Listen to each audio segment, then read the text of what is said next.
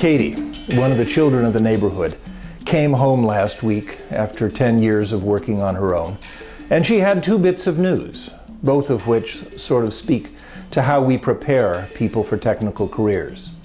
The first was that she was engaged to be married, and she received congratulations from all up and down the street. She had been seeing this young man for some time, and it was the right moment to take the step of forming a permanent household. The second bit of news was that she had received a promotion, that she was in charge of the entire technical division of her company. We again offered congratulations, but she was much more reluctant to receive it. When I congratulated her on the promotion, she looked at me and said, "Don't you mean condolences?"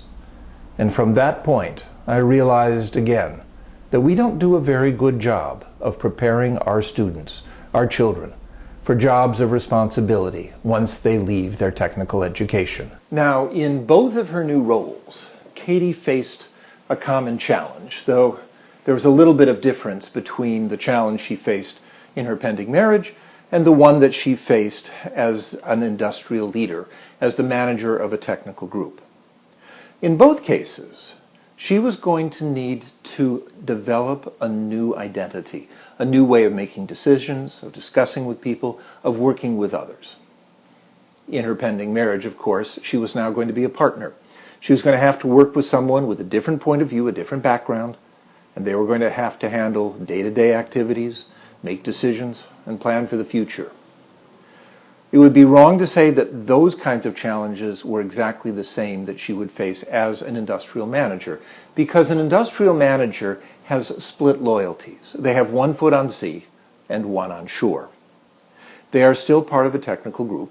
They are working with people who share a common background, common ideas, common ways of approaching problems, and a group that in many ways expects their manager to represent them, to be the leader of technical activities and represent those ideas to corporate management. Of course, on the other side, corporate management sees the leader of technical activities as a manager, as one who represents the needs and ideas of the corporation to the technical group. That person is expected to take the kind of strategy, the ideas that come from corporate leadership, and implement them as tactics, as processes that produce goods and services, or that develop new technology as a whole. The problem that Katie faces, as well as all of our young computer scientists and engineers, is really structural, and it cannot simply be wished away. It comes from how we organize work, and the role that knowledge has in that organization. Traditionally, we viewed work as a combination of labor and capital, but the early writers, going back to people like Adam Smith, did not realize that labor includes both brawn and brains, the efforts to get stuff done and the knowledge of how to do it. Now, we've been splitting brawn and brains since the start of the industrial age. However, when we really began to see that this was happening towards the end of the 19th century, most writers thought that the brains of industrial production, the industrial leaders, would naturally get the support of both capital and workers, because they were the glue. They were the people that held the organization together. In particularly the scientific management crowd, Frederick Winslow Taylor, Henry Gantt, the Gilbreths. These writers were certain that engineers and knowledge workers were going to hold the organization together, and were going to get that unqualified support of everyone, because they made things happen. They held the organization together. Well, it took perhaps a decade or two after the passing of these writers for us to appreciate that they were, in fact, dead wrong. That people who had the knowledge of production, the industrial workers, were caught between the forces of capital, who were trying to maximize their investment, and the workers, who were trying to maximize the gains from their work. And because of that, we have the technical workers, the industrial leaders, the engineers and computer scientists, caught in the middle in a management job that is difficult and that is personal and cannot be easily done without careful training. I got my first insights into this problem of industrial management, of having one foot on sea and one on shore, during one of my very first jobs, when I was given the opportunity of being able to shadow my boss.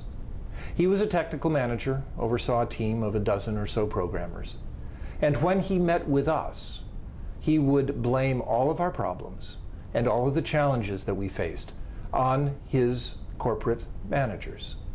And of course, when we went to see his corporate managers, meetings that I was allowed to attend, he would blame those same problems and his same challenges on his technical staff.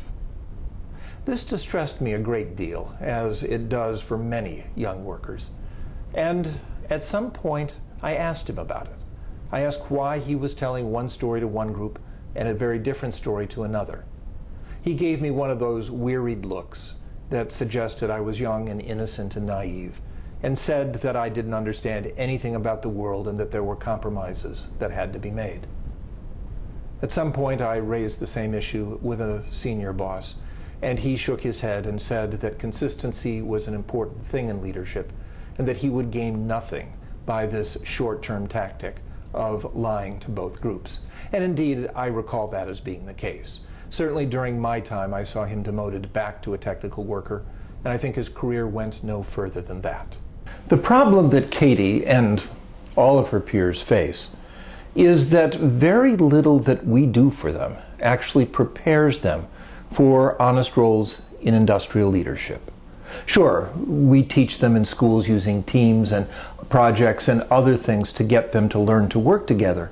But those teams are held together with common technical knowledge, common mores, common goals. We do very, very little to help them learn to work and to manage in an environment that has different goals, different ideas, different visions for what's going to be happening, and visions that are supported and sustained by structural divisions of labor.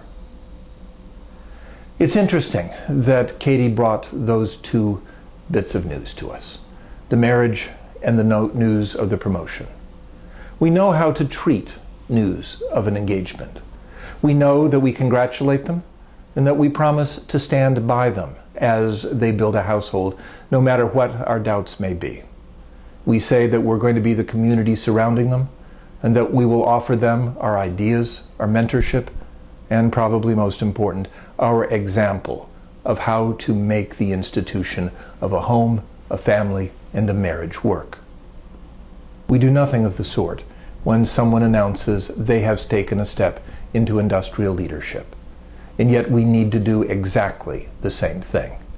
Even if we have prepared them for this kind of work with classes and teamwork and whatever else may assist them, we need to offer our congratulations, offer our mentorship and guidance and ideas, and say that we will stand by them as examples for as far as that example will help them advance.